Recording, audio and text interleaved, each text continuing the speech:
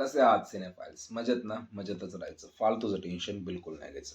मित्रांनो, काही दिवसापूर्वी किंवा 6 महिन्यापूर्वी एक जबरदस्त असा अनाउन्समेंट टीझर आला होता, ज्याचं घबाडकुंड याला मराठीतलं पहिलं सिनेमॅटिक युनिव्हर्स म्हणून देखील प्रमोट केलं जात होतं. परंतु महिन्याभरापूर्वी ज्यावेळेस हा चित्रपट रिलीज झाला आणि ज्या पद्धतीचं प्रदर्शन या चित्रपटाने बॉक्स ऑफिसवर केलंय, त्यानंतर मराठीचं जे पहिलं हॉरर युनिव्हर्स होतं, ते पूर्णपणे गंडलं गेलं आहे आणि इथून पुढे या युनिव्हर्सचा कुठला चित्रपट येईलही असं वाटत नाही. कारण ज्या पद्धतीची अपेक्षा ऑडियन्स आणि मेकर्सनी या चित्रपटाकडनं केली होती, त्या पद्धतीचं कुठलंही एक सिंगल याच्यावरती हा चित्रपट खरा उतरलेला नाहीये. पूर्णपणे एक्स्पेक्टेशन्सला याने डिसअपॉइंटमेंट दिली आहे आणि आजच्या या व्हिडिओमध्ये आपण याच विषयावर जाणून घेणार आहोत, की का नेमकं असे ते कुठले 3 कारण आहेत, ज्यामुळे मराठीचं पहिलं हॉरर कॉमेडी युनिव्हर्स पूर्णपणे डबघाईला गेले आणि मे बी आता या युनिव्हर्समधनं कुठलाही चित्रपट आपल्याला पाहायला भेटणार देखील नाही. तर चला तर मग या व्हिडिओला सुरुवात करू. सर्वप्रथम बोलूया मित्रांनो, की घबाडकुंड या चित्रपटाविषयी. तर हा चित्रपट कसा आहे, काय आहे आणि काय नाही. एक शॉर्ट असा रिव्ह्यूज असेल हा. मित्रांनो, घबाडकुंड म्हणजे एक अशी विहीर ज्याच्यामध्ये खजिना दडलेला आहे, ज्याच्यामध्ये सोने, हिरे, जवाहरात आणि प्राचीनकालीन सोनं आहे. अशी एक विहीर ज्याच्यात हे सोनं आहे आणि ती विहीर किंवा त्या विहिरीत असलेलं सोन्यासाठी जे लोक धडपडतायत, ते कोण आहेत, काय आहेत आणि ते सोनं नेमकं कोणाला भेटतं आणि भेटतं की नाही भेटतं, या सगळ्याची गाथा म्हणजेच घबाडकुंड हा चित्रपट आहे. म्हणजे एकंदरीत खजिन्याच्या शोधात. परंतु या चित्रपटाला ज्यावेळेस प्रमोट केलं जात होतं सुरुवातीला, त्यावेळेस या चित्रपटाला मराठीतलं पहिलं हॉरर युनिव्हर्स म्हणून प्रमोट केलं जायचं आणि कुठे ना कुठे असं वाटायचं, की हा मॅडॉकच्या हॉरर कॉमेडी युनिव्हर्सला नक्की टप देईल. कारण त्या पद्धतीने याचे ॲसिड्स बाहेर येत होते आणि ज्यामुळे वाटायचं, की खरंच हा एक हॉरर फिल्म आहे. परंतु तसं काहीही नाहीये. घबाडकुंड हा हॉरर मूव्ही नसून तो मात्र एक जादूटोण्यावर बनलेला चित्रपट आहे.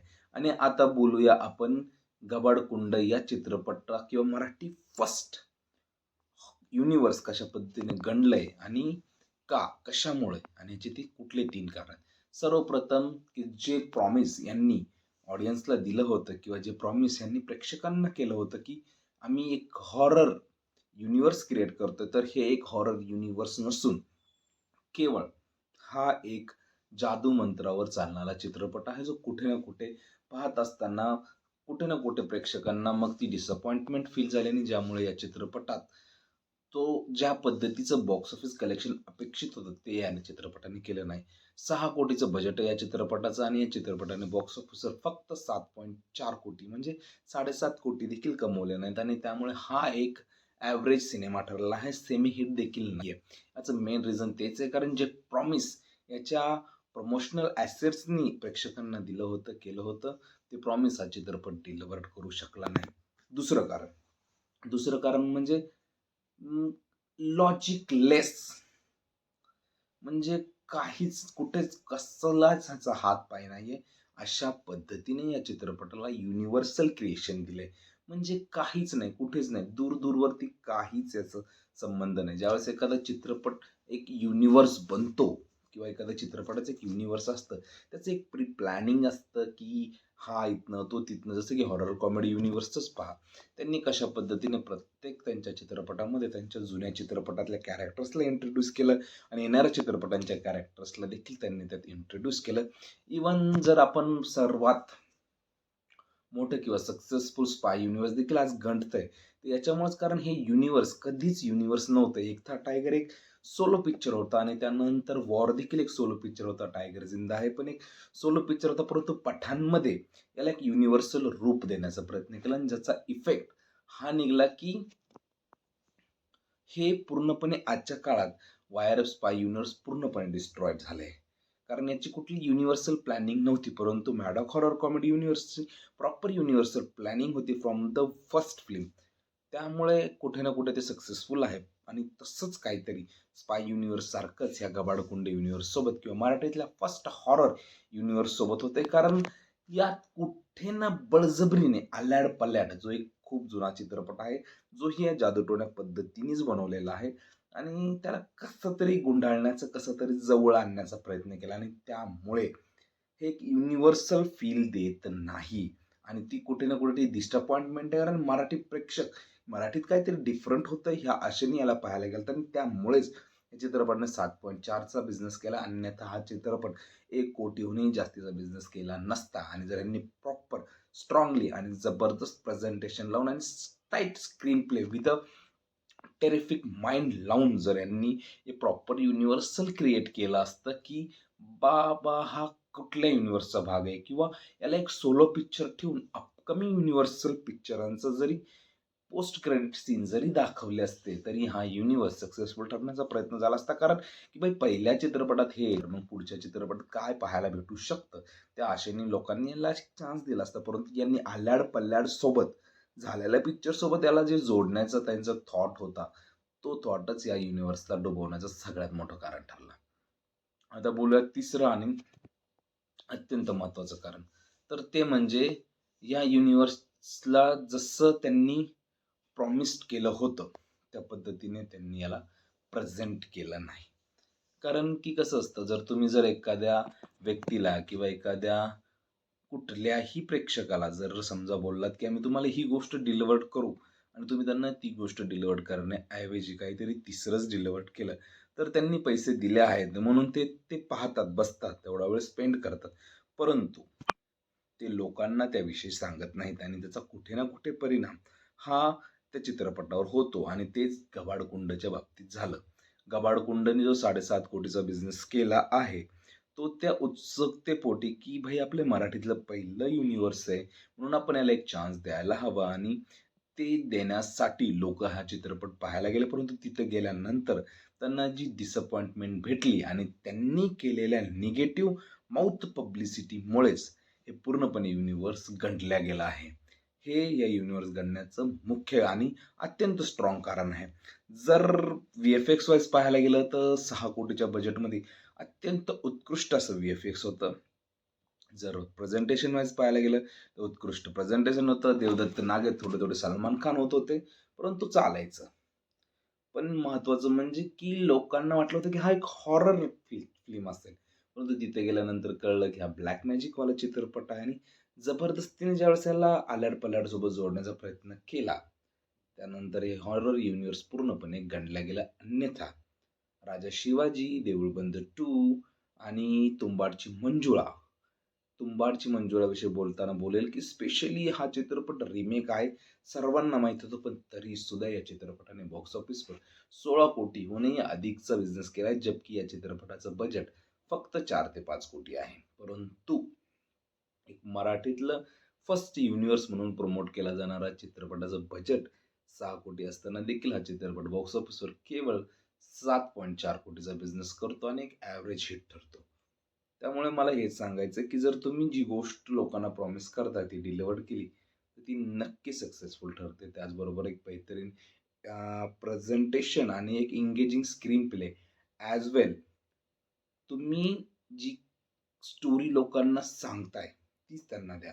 त्यानंतर ती नक्की वर्क करेल. हे 3 कारण होते, ज्यामुळे मराठीतलं पहिलं सिनेमॅटिक युनिव्हर्स पूर्णपणे गणलं. ज्यामध्ये सर्वप्रथम म्हणजे की हे युनिव्हर्स जबरदस्तीने बनवलं. दुसरं म्हणजे याचा वीक स्क्रीन प्ले आणि तिसरं म्हणजे लोकांची खराब माउथ पब्लिसिटी या 3 कारणामुळे हे युनिव्हर्स पूर्णपणे गणलं आहे. परंतु तुंबाडची मंजुळासारख्या चित्रपटाचा जर सिक्वल बनवला गेला प्रॉपर प्लॅनिंग करून, तर त्याच्यातही हे पोटेन्शियल आहे की तो 100 कोटीहूनही जास्तीचा बिझनेस करेल. कारण आज मराठी चित्रपट ते करू शकतात. हे राजा शिवाजी आणि देऊळबंद 2 सारख्या चित्रपटांनी करून दाखवलंय. तर मित्रांनो, हे होतं माझं एक पर्सनल ओपिनियन अबाउट की का बाबा मराठीचं पहिलं हॉरर युनिव्हर्स का गंडलं? हे मला असं वाटतं, की यामुळे ते गंडलं. कारण मीही हा चित्रपट पाहिला, उशिरा पाहिलाय. परंतु कुठे ना कुठे ती डिसअपॉइंटमेंट माझ्या मनात हे चित्रपट पाहताना राहिली होती. आजच्या व्हिडिओत एवढंच. पुन्हा भेटूया एका नवीन व्हिडिओमध्ये. जर हा व्हिडिओ आवडला असेल, तर प्लीज आपल्या सिनेफाईल मराठी या यूट्यूब चॅनलला सबस्क्राईब करा. धन्यवाद. जय हिंद, जय महाराष्ट्र. कसे आहात सिनेफाईल्स? मजेत ना? मजेतच राहायचं. फालतूचं टेन्शन बिलकुल नाही घ्यायचं.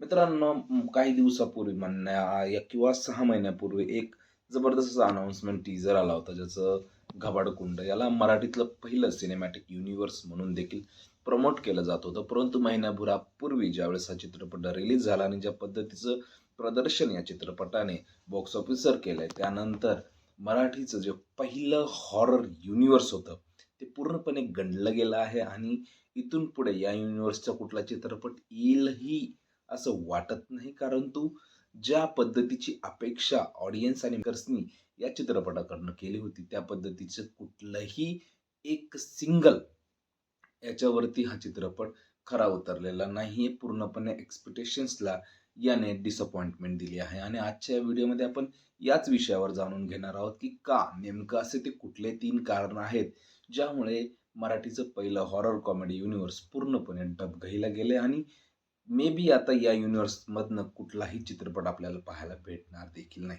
तर चला तर मग या व्हिडिओला सुरुवात करू. सर्वप्रथम बोलूया मित्रांनो, की घबाडकुंड या चित्रपटाविषयी. तर हा चित्रपट कसा आहे, काय आहे आणि काय नाही. एक शॉर्ट रिव्ह्यूज असेल हा. मित्रांनो, घबाडकुंड म्हणजे एक अशी विहीर ज्याच्यामध्ये खजिना दडलेला आहे, ज्याच्यामध्ये सोने, हिरे, जवाहरात आणि प्राचीनकालीन सोनं आहे. अशी एक विहीर ज्याच्यात हे सोनं आहे आणि ती विहीर किंवा त्या विहिरीत असलेलं सोन्यासाठी जे लोक धडपडतायत ते कोण आहेत, काय आहेत आणि ते सोनं नेमकं कोणाला भेटतं आणि भेटतं की नाही भेटतं, या सगळ्याची गाथा म्हणजेच घबाडकुंड हा चित्रपट आहे.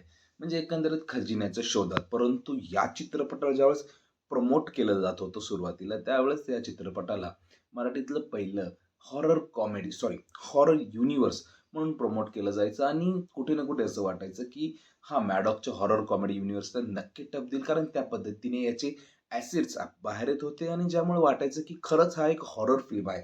परंतु तसं काहीही नाहीये. घबाडकुंड हा हॉरर मूव्ही नसून तो मात्र एक जादूटोण्यावर बनलेला चित्रपट आहे.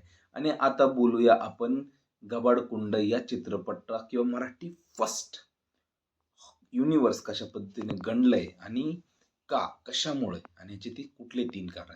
सर्वप्रथम की जे प्रॉमिस यांनी ऑडियन्सला दिलं होतं किंवा जे प्रॉमिस यांनी प्रेक्षकांना केलं होतं, की आम्ही एक हॉरर युनिव्हर्स क्रिएट करतोय, तर हे एक हॉरर युनिव्हर्स नसून केवळ हा एक जादू मंत्रावर चालणारा चित्रपट आहे, जो कुठे ना कुठे पाहत असताना कुठे ना कुठे प्रेक्षकांना मग ती डिसअपॉइंटमेंट फील झाली आणि ज्यामुळे या चित्रपटात तो ज्या पद्धतीचं बॉक्स ऑफिस कलेक्शन अपेक्षित होतं ते या चित्रपटाने केलं नाही.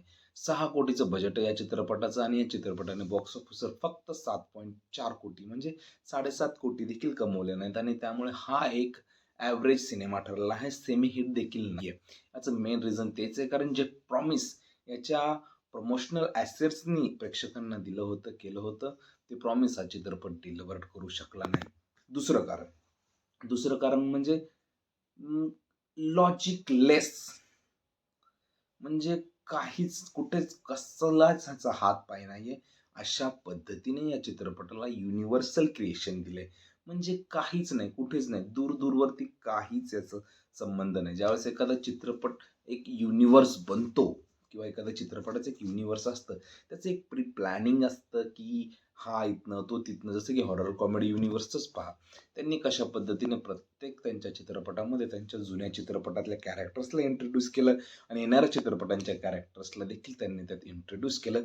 इवन जर आपण सर्वात मोठं किंवा सक्सेसफुल स्पाय युनिव्हर्स देखील आज गणतंय, तर याच्यामुळेच, कारण हे युनिव्हर्स कधीच युनिव्हर्स नव्हतं. एक था टायगर एक सोलो पिक्चर होता आणि त्यानंतर वॉर देखील एक सोलो पिक्चर होता. टायगर जिंदा है पण एक सोलो पिक्चर होता. परंतु पठाणमध्ये याला एक युनिव्हर्सल रूप देण्याचा प्रयत्न केला आणि ज्याचा इफेक्ट हा निघाला, की हे पूर्णपणे आजच्या काळात वायर स्पाय युनिव्हर्स पूर्णपणे डिस्ट्रॉय झाले. कारण याची कुठली युनिव्हर्सल प्लॅनिंग नव्हती. परंतु मॅडॉक हॉरर कॉमेडी युनिव्हर्सची प्रॉपर युनिव्हर्सल प्लॅनिंग होती फ्रॉम द फर्स्ट फिल्म. त्यामुळे कुठे ना कुठे ते सक्सेसफुल आहे. आणि तसंच काहीतरी स्पाय युनिव्हर्स सारखंच ह्या घबाडकुंड युनिव्हर्स सोबत किंवा मराठीतल्या फर्स्ट हॉरर युनिव्हर्स सोबत होते. कारण यात कुठे ना बळजबरीने आल्याड पल्याड जो एक खूप जुना चित्रपट आहे, जो ही या जादूटोण्या पद्धतीनेच बनवलेला आहे आणि त्याला कसं तरी गुंडाळण्याचं, कसं तरी जवळ आणण्याचा प्रयत्न केला आणि त्यामुळे हे एक युनिव्हर्सल फील देत नाही आणि ती कुठे ना कुठे डिसअपॉइंटमेंट आहे. कारण मराठी प्रेक्षक मराठीत काहीतरी डिफरंट होतं ह्या आशेने याला पाहायला गेलं आणि त्यामुळेच या चित्रपटाने 7.4चा बिझनेस केला. अन्यथा हा चित्रपट 1 कोटीहूनही जास्तीचा बिझनेस केला नसता. आणि जर यांनी प्रॉपर स्ट्रॉंगली आणि जबरदस्त प्रेझेंटेशन लावून आणि tight screen play with a terrific mind लावून जर यांनी हे प्रॉपर युनिव्हर्सल क्रिएट केलं असतं की बाबा हा कुठल्या युनिव्हर्सचा भाग आहे, किंवा याला एक सोलो पिक्चर ठेवून अपकमिंग युनिव्हर्सल पिक्चरांचं जरी पोस्ट क्रेडिट सीन जरी दाखवले असते तरी हा युनिव्हर्स सक्सेसफुल ठरण्याचा प्रयत्न झाला असता. कारण की भाई पहिल्या चित्रपटात हे मग पुढच्या चित्रपटात काय पाहायला भेटू शकतं त्या आशेने लोकांनी याला चान्स दिला असता. परंतु यांनी आल्याड पल्ल्याड सोबत झालेल्या पिक्चर सोबत याला जे जोडण्याचा त्यांचा थॉट होता तो थॉटच या युनिव्हर्सला डुबवण्याचं सगळ्यात मोठं कारण ठरलं. आता बोलूया तिसरं आणि अत्यंत महत्त्वाचं कारण, तर ते म्हणजे या युनिव्हर्सला जसं त्यांनी प्रॉमिस्ड केलं होतं त्या पद्धतीने त्यांनी याला प्रेझेंट केलं नाही. कारण की कसं असतं, जर एखाद्या व्यक्तीला किंवा एखाद्या कुठल्याही प्रेक्षकाला जर समजा बोललात की आम्ही तुम्हाला ही गोष्ट डिलिव्हर्ड करू आणि तुम्ही त्यांना ती गोष्ट डिलिव्हर्ड करण्याऐवजी काहीतरी तिसरंच डिलिव्हर्ड केलं, तर त्यांनी पैसे दिले आहेत म्हणून ते ते पाहतात, बसतात, तेवढा वेळ स्पेंड करतात. परंतु ते लोकांना त्याविषयी सांगत नाहीत आणि त्याचा कुठे ना कुठे परिणाम हा त्या चित्रपटावर होतो. आणि तेच गबाडकुंडच्या बाबतीत झालं. गबाडकुंडने जो 7.5 कोटीचा बिझनेस केला आहे तो त्या उत्सुकतेपोटी की भाई आपल्या मराठीतलं पहिलं युनिव्हर्स आहे म्हणून आपण याला एक चान्स द्यायला हवा. आणि ते देण्यासाठी लोक हा चित्रपट पाहायला गेले. परंतु तिथे गेल्यानंतर त्यांना जी डिसअपॉइंटमेंट भेटली आणि त्यांनी केलेल्या निगेटिव्ह माउथ पब्लिसिटीमुळेच हे पूर्णपणे युनिव्हर्स गंडल्या गेला आहे. हे या युनिव्हर्स गणण्याचं मुख्य आणि अत्यंत स्ट्रॉंग कारण आहे. जर VFX वाईज पाहायला गेलं तर 6 कोटीच्या बजेटमध्ये अत्यंत उत्कृष्ट असं VFX होतं. जर प्रेझेंटेशन वाईज पाहायला गेलं तर उत्कृष्ट प्रेझेंटेशन होतं. देवदत्त नागे, थोडे थोडे सलमान खान होत होते, परंतु चालायचं. पण महत्वाचं म्हणजे की लोकांना वाटलं होतं की हा एक हॉरर फिल्म असेल. परंतु तिथे गेल्यानंतर कळलं की हा ब्लॅक मॅजिक वाला चित्रपट आहे. आणि जबरदस्तीने ज्यावेळेस याला आल्याड पल्याड सोबत जोडण्याचा प्रयत्न केला त्यानंतर हे हॉरर युनिव्हर्स पूर्णपणे गंडला गेला. अन्यथा राजा शिवाजी, देऊळ बंद 2 आणि तुंबाडची मंजुळाविषयी बोलताना बोलेल की स्पेशली हा चित्रपट रिमेक आहे, सर्वांना माहित होतं. पण तरी सुद्धा या चित्रपटाने बॉक्स ऑफिसवर 16 कोटीहूनही अधिकचा बिझनेस केलाय, जबकि या चित्रपटाचं बजेट फक्त 4 ते 5 कोटी आहे. परंतु एक मराठीतलं फर्स्ट युनिव्हर्स म्हणून प्रमोट केला जाणारा चित्रपटाचं बजेट 6 कोटी असताना देखील हा चित्रपट बॉक्स ऑफिसवर केवळ 7.4 कोटीचा बिझनेस करतो आणि एक ॲव्हरेज हिट ठरतो. त्यामुळे मला हेच सांगायचं की जर तुम्ही जी गोष्ट लोकांना प्रॉमिस करता ती डिलिव्हर्ड केली तर ती नक्की सक्सेसफुल ठरते. त्याचबरोबर एक बेहतरीन प्रेझेंटेशन आणि एक एंगेजिंग स्क्रीन प्ले ॲज वेल तुम्ही जी स्टोरी लोकांना सांगताय तीच त्यांना द्या, त्यानंतर ती नक्की वर्क करेल. हे 3 कारण होते ज्यामुळे मराठीतलं पहिलं सिनेमॅटिक युनिव्हर्स पूर्णपणे घडलं. ज्यामध्ये सर्वप्रथम म्हणजे की हे युनिव्हर्स जबरदस्तीने बनवलं. दुसरं म्हणजे याचा वीक स्क्रीन प्ले आणि तिसरं म्हणजे लोकांची खराब माउथ पब्लिसिटी या 3 कारणामुळे हे युनिव्हर्स पूर्णपणे गंडलं आहे. परंतु तुंबाडची मंजुळासारख्या चित्रपटाचा जर सिक्वल बनवला गेला प्रॉपर प्लॅनिंग करून, तर त्याच्यातही हे पोटेन्शियल आहे की तो 100 कोटीहूनही जास्तीचा बिझनेस करेल. कारण आज मराठी चित्रपट ते करू शकतात. हे राजा शिवाजी आणि देऊळ बंद 2 सारख्या चित्रपटांनी करून दाखवलंय. तर मित्रांनो, हे होतं माझं एक पर्सनल ओपिनियन अबाउट की का बाबा मराठीचं पहिलं हॉरर युनिव्हर्स का गंडलं?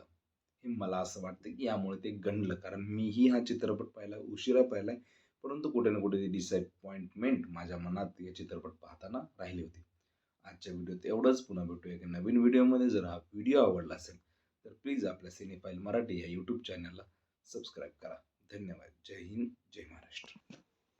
कसे आहात सिनेफाईल्स? मजेत ना? मजेतच राहायचं. फालतूचं टेन्शन बिलकुल नाही घ्यायचं. मित्रांनो, काही दिवसापूर्वी किंवा 6 महिन्यापूर्वी एक जबरदस्त असा अनाउन्समेंट टीजर आला होता, ज्याचं घबाडकुंड याला मराठीतलं पहिलं सिनेमॅटिक युनिव्हर्स म्हणून देखील प्रमोट केलं जात होतं. परंतु महिन्याभरापूर्वी ज्यावेळेस हा चित्रपट रिलीज झाला आणि ज्या पद्धतीचं प्रदर्शन या चित्रपटाने बॉक्स ऑफिसवर केलंय, त्यानंतर मराठीचं जे पहिलं हॉरर युनिव्हर्स होतं ते पूर्णपणे गंडलं गेलं आहे आणि इथून पुढे या युनिव्हर्सचा कुठला चित्रपट येईलही असं वाटत नाही. कारण ज्या पद्धतीची अपेक्षा ऑडियन्स आणि मेकर्सनी या चित्रपटाकडनं केली होती त्या पद्धतीचं कुठलंही एक सिंगल याच्यावरती हा चित्रपट खरा उतरलेला नाहीये. पूर्णपणे एक्सपेक्टेशन्सला याने डिसअपॉइंटमेंट दिली आहे आणि आजच्या व्हिडिओमध्ये आपण याच विषयावर जाणून घेणार आहोत की का नेमकं असे ते कुठले 3 कारण आहेत ज्यामुळे मराठीचं पहिलं हॉरर कॉमेडी युनिव्हर्स पूर्णपणे डबघाईला गेले आणि मे बी आता या युनिव्हर्समधनं कुठलाही चित्रपट आपल्याला पाहायला भेटणार देखील नाही. तर चला तर मग या व्हिडिओला सुरुवात करू. सर्वप्रथम बोलूया मित्रांनो की गबाडकुंड या चित्रपटाविषयी. तर हा चित्रपट कसा आहे, काय आहे आणि काय नाही. एक शॉर्ट रिव्ह्यूज असेल हा. मित्रांनो, गबाडकुंड म्हणजे एक अशी विहीर ज्याच्यामध्ये खजिना दडलेला आहे, ज्याच्यामध्ये सोने, हिरे, जवाहरात आणि प्राचीनकालीन सोनं आहे. अशी एक विहीर ज्याच्यात हे सोनं आहे आणि ती विहीर किंवा त्या विहिरीत असलेलं सोन्यासाठी जे लोक धडपडतायत ते कोण आहेत, काय आहेत आणि ते सोनं नेमकं कोणाला भेटतं आणि भेटतं की नाही भेटतं, या सगळ्याची गाथा म्हणजेच घबाडकुंड हा चित्रपट आहे. म्हणजे एकंदरीत खजिन्याच्या शोधात. परंतु या चित्रपटाला ज्यावेळेस प्रमोट केलं जात होतं सुरुवातीला, त्यावेळेस या चित्रपटाला मराठीतलं पहिलं हॉरर युनिव्हर्स म्हणून प्रमोट केलं जायचं आणि कुठे ना कुठे असं वाटायचं की हा मॅडॉकच्या हॉरर कॉमेडी युनिव्हर्सला नक्की टप देईल, कारण त्या पद्धतीने याचे ॲसिड्स बाहेर येत होते आणि ज्यामुळे वाटायचं की खरंच हा एक हॉरर फिल्म आहे. परंतु तसं काहीही नाहीये. गबाडकुंड हा हॉरर मूव्ही नसून तो मात्र एक जादूटोण्यावर बनलेला चित्रपट आहे. आणि आता बोलूया आपण गबाडकुंड या चित्रपटा किंवा मराठी फर्स्ट युनिव्हर्स कशा पद्धतीने गणलंय आणि का, कशामुळे आणि याचे ते कुठले 3 कारण आहेत. सर्वप्रथम की जे प्रॉमिस यांनी ऑडियन्सला दिलं होतं किंवा जे प्रॉमिस यांनी प्रेक्षकांना केलं होतं की आम्ही एक हॉरर युनिव्हर्स क्रिएट करतोय, तर हे एक हॉरर युनिव्हर्स नसून केवळ हा एक जादू मंत्रावर चालणारा चित्रपट आहे, जो कुठे ना कुठे पाहत असताना कुठे ना कुठे प्रेक्षकांना मग ती डिसअपॉइंटमेंट फील झाली आणि ज्यामुळे या चित्रपटात तो ज्या पद्धतीचं बॉक्स ऑफिस कलेक्शन अपेक्षित होतं ते या चित्रपटाने केलं नाही. 6 कोटीचं बजेट आहे या चित्रपटाचं आणि या चित्रपटाने बॉक्स ऑफिसवर फक्त 7.4 कोटी म्हणजे 7.5 कोटी देखील कमवले नाहीत आणि त्यामुळे हा एक ॲव्हरेज सिनेमा ठरला आहे. सेमी हिट देखील नाहीये. याचं मेन रिझन तेच आहे, कारण जे प्रॉमिस याच्या प्रमोशनल ॲसेट्सनी प्रेक्षकांना दिलं होतं, केलं होतं, ते प्रॉमिस हा चित्रपट डिलिव्हर करू शकला नाही. दुसरं कारण म्हणजे लॉजिकलेस, म्हणजे काहीच कुठेच कसलाच ह्याचा हात पाय नाहीये. अशा पद्धतीने या चित्रपटाला युनिव्हर्सल क्रिएशन दिलंय. म्हणजे काहीच नाही, कुठेच नाही. दूरवरती काहीच याचा संबंध नाही. ज्यावेळेस एखादा चित्रपट एक युनिव्हर्स बनतो किंवा एखाद्या चित्रपटाचं एक युनिव्हर्स असतं, त्याचं एक प्री प्लॅनिंग असतं की हा इथनं, तो तिथनं. जसं की हॉरर कॉमेडी युनिव्हर्सचंच पहा. त्यांनी कशा पद्धतीने प्रत्येक त्यांच्या चित्रपटामध्ये त्यांच्या जुन्या चित्रपटातल्या कॅरेक्टर्सला इंट्रोड्यूस केलं आणि येणाऱ्या चित्रपटांच्या कॅरेक्टर्सला देखील त्यांनी त्यात इंट्रोड्यूस केलं.